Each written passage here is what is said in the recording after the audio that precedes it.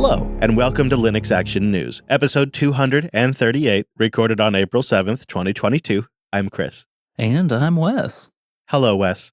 Let's do the news. We start this week in the midst of the spring release season, with the new 2204 LTS version of Pop! OS hitting the mirrors. Built on top of the well-received Ubuntu 2204 core, System 76's release is putting an emphasis on workflow customization, auto-tiling, and a heavy focus on a ready-to-go development environment.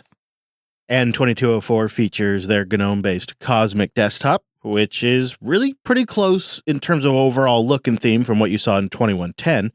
But of course, now with improvements throughout, some of those that you get just by now being based on GNOME 42, and all of the goodies that has, including GTK4, which means you're going to see some improvements in performance likely as well. And one thing that I wanted to mention that just sort of jumped out at me was Pop! OS 2204 now introduces this updated support panel in the GNOME settings app. And in there, this page tells you what your computer and OS model and version are. It provides links to documentation and the Pop community chat, and the ability to archive your recent logs up and send them off to support. Pop Shop also received some nice updates, and now highlights recently updated apps, and features improved package management operations. But with those more, let's say, mundane changes out of the way, one of the bigger changes as far as we're personally concerned, Pop now defaults to Pipewire. This feels like a big step because this is an LTS release, let's keep in mind. And so this is something maybe we wouldn't have expected traditionally, but I love it. And I think that personally, you take some decisions like that and you combine them with System 76's commitment to ship newer kernels as they release.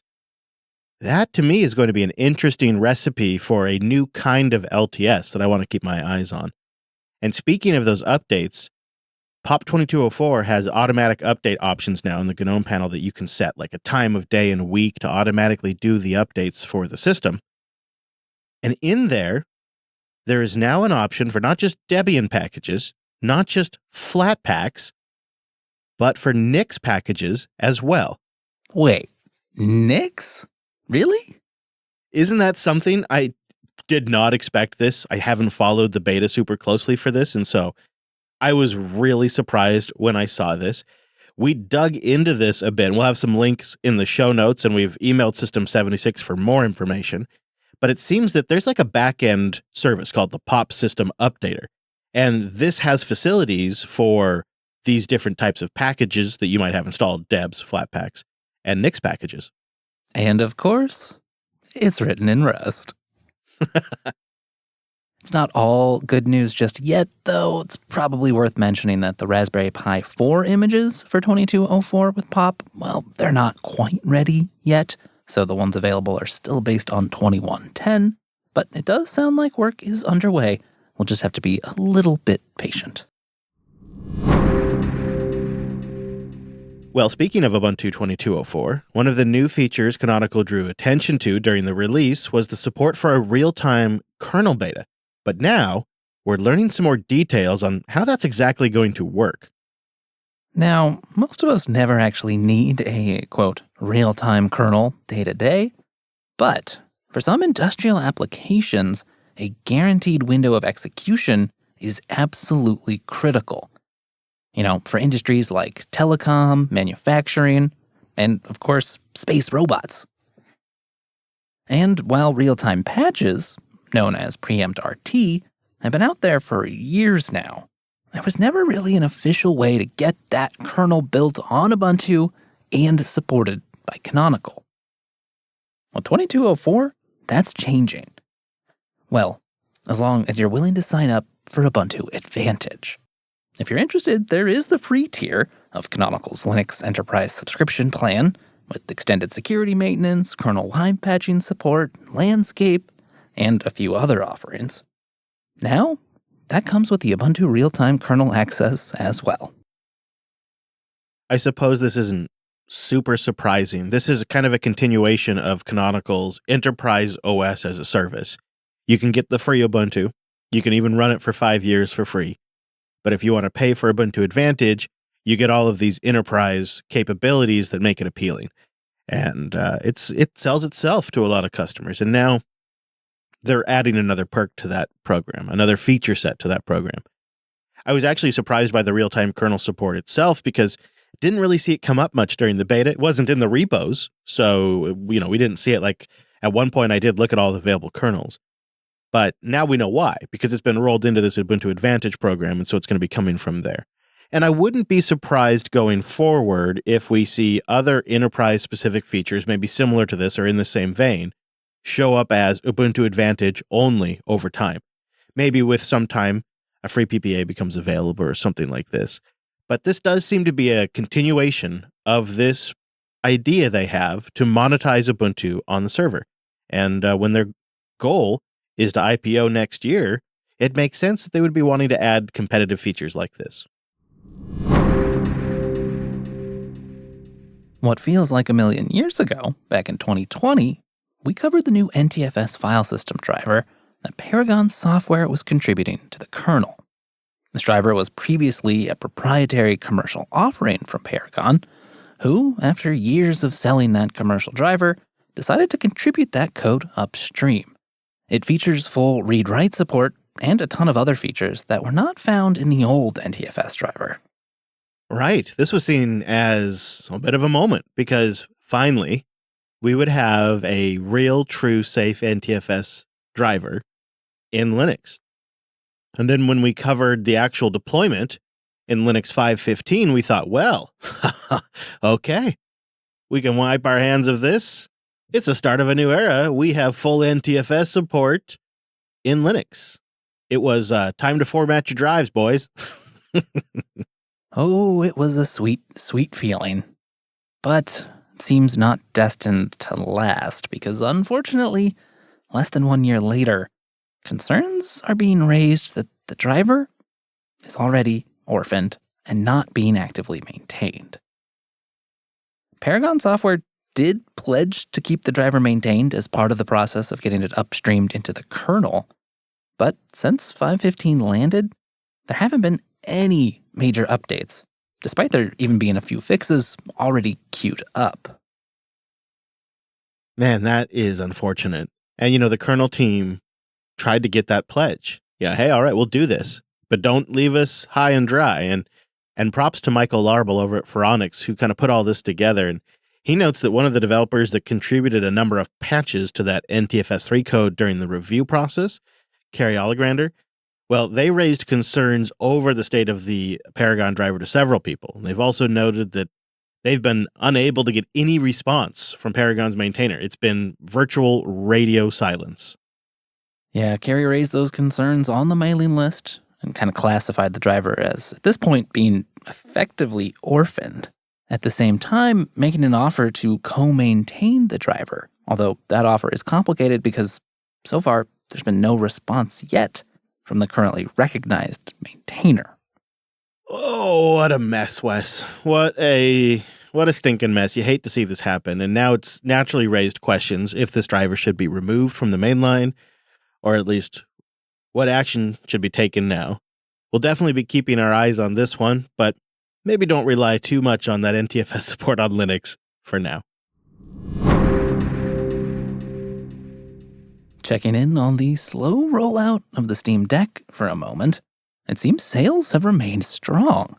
The Deck has held the #2 top-grossing product on Steam for 5 weeks in a row, according to SteamDB, and this week, the Steam Deck grossed more sales than even the massively popular new game, Elden Ring. And probably all this success likely means delays. Our Steam Deck community estimates that Valve is still working through the first 15 minutes of pre-orders from July 16th, 2021. Now, it depends on the model you ordered. Some queues have been moving faster, but the US only just made it past hour 1, and only with the 64 gigabyte model. Now, this is changing all the time, so we'll put a link to that thread so you can get the most up-to-date community estimates.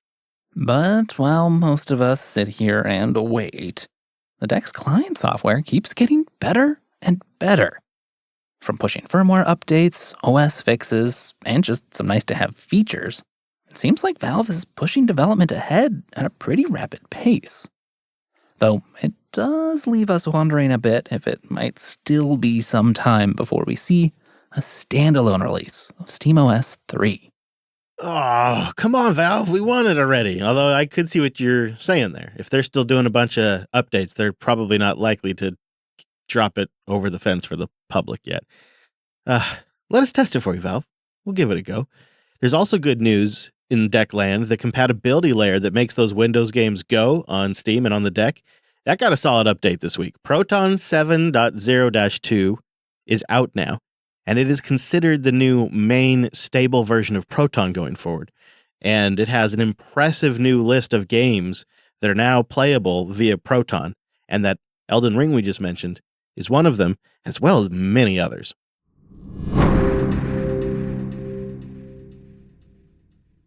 As you may have noticed, Matrix is one of our favorite up-and-coming platforms. And in some exciting news, the leading chat client, Element, has rolled out Threads in beta. Threads help you separate conversations from the main timeline.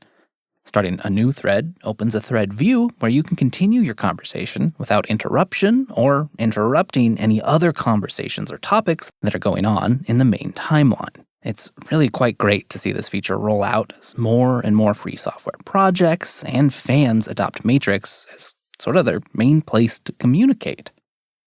But it's also been nice to see because Element, the client, well, it just keeps getting better with improvement after improvement and more layers of polish. If you haven't checked it out in a while, maybe go create an account on matrix.org and then join us in the Linux Action News feedback channel that we'll have linked in the show notes. Linode.com/LAN. Go there to get $100 in 60-day credit on a new account, and you go there to support the show. Linode is the Linux Geeks Cloud. With 11 data centers worldwide, they've been hard at work for almost 19 years creating the best experience for running applications on Linux. If you need a personal small site or you need something that's going to possibly entertain millions of visitors, they have systems that scale to that. I was just thinking of the large box that we deployed for our Matrix installation just recently. That's a great example. I think we started at a $10 a month Linode. And then over time, we just resized it as we needed. As the user base grew, we resized the system to meet our needs. And it's worked so great. Now we have a system with 48 cores and 96 gigs of RAM. You know, it's pretty screaming fast. And also you can get them now with NVMe PCIe storage. So it can just be unbelievably fast on disk I/O as well. And they have the best customer support, super fast rigs and networking, and a Linux culture that runs deep in that company. There's so many great reasons to choose Linode. After you've been using it for a minute, you'll come up with a list of your own. And if you're like me, you'll really appreciate that you can tell where the Linux love is baked into the product. So go put it over the top and get $100 in credit. Try it for yourself, see why I've been talking about it, and support the show. What a great opportunity. So it's linode.com/LAN. You go there, you get that $100, you create the new account, you build something, you learn something. linode.com/LAN. Linux.ting.com. And a big thank you to Ting for sponsoring this episode of Linux Action News. Ting has been my cell phone provider since 2013. So go to linux.ting.com and see how much you could save and then take $25 off by using our URL. Ting is an MVNO, or a mobile virtual network operator. That means they don't focus on digging holes in the ground and working with all the different local regulations. They work as a meta network on top of the big nationwide carriers. So they get access to the same LTE and 5G networks, but you deal with Ting, who has to focus on customer support and value to survive. It's like their whole bread and butter is customer service, right? Where the duopolies, they get you locked in, and you know what that service is like. And Ting was recently named number 1 by Consumer Reports in 2021. And I think what I love about Ting is their plans are always simple and straightforward. They've changed them over the years a bit as the industry has evolved, but they've always remained simple and easy to understand. And one thing that's always stayed true, no contracts, ever. It's simple to switch to Ting, and pretty much any phone will work. You'll be blown away by the prices. They have cell phone plans that are as cheap as $30 a month, $15 a month, depending on what you need. Maybe you don't use your phone a lot. Maybe you use it a ton. Maybe you need a data device. They also will sell you a device, and you can take $25 off that when you go to linux.ting.com. Go check your current phone, create an account, and pick the plan that's right for you. It's linux.ting.com. The folks behind the modular laptop, the Framework, have now made the laptop's mainboard available as a standalone component in the Framework marketplace. They write in their announcement, quote, "We designed the mainboard from the start as a standalone module to make upgrades easy in the Framework laptop. All you need to do is insert some memory, plug in a USB-C power adapter, and hit the tiny power button on board, and you've got a powered-up computer." I love this idea, and it's so great that they designed this mainboard from the beginning to be standalone like this. What a cool idea. And not only just that, Wes, but they've also released a GitHub repository with 80 different CAD drawings. They've got electrical documentation on there for the mainboard, and they're putting it all under a Creative Commons license. And in addition to that, they've got some 2D drawings of the mainboard so that you can get the exact dimensions, and they've released 2 3D printable reference designs with the hope that the community starts creating cases and accessories to house the mainboard. You could actually see like a Raspberry Pi style case for a Framework laptop mainboard, giving those of us who self-host, or maybe you just need a small headless machine, a low-cost, low-power, easy to repair, easy to upgrade headless x86 system. Maybe I can finally get you off that Pi habit. Maybe. But speaking of pricing, there are 3 main options and price points here. It starts at $399, that's in USD, and that gets you a i5 11th Gen Intel, $549 for the base i7 mainboard, and $799 for the i7 1185 G7 board if you want to get fancy. Then, of course, add whatever memory and storage your use case requires. Yeah, and those are introductory prices, too. So these prices will likely go up at some point in the near future. And that is sort of the killer for the casual play around with a little computer and learn Linux user. But it still doesn't necessarily put it out of the price range of an enthusiast necessarily. Yeah, and that's obviously one use case here. Folks who like assembling hardware, who like building their own systems, and now have a new modular sort of base that they can build from. I get that.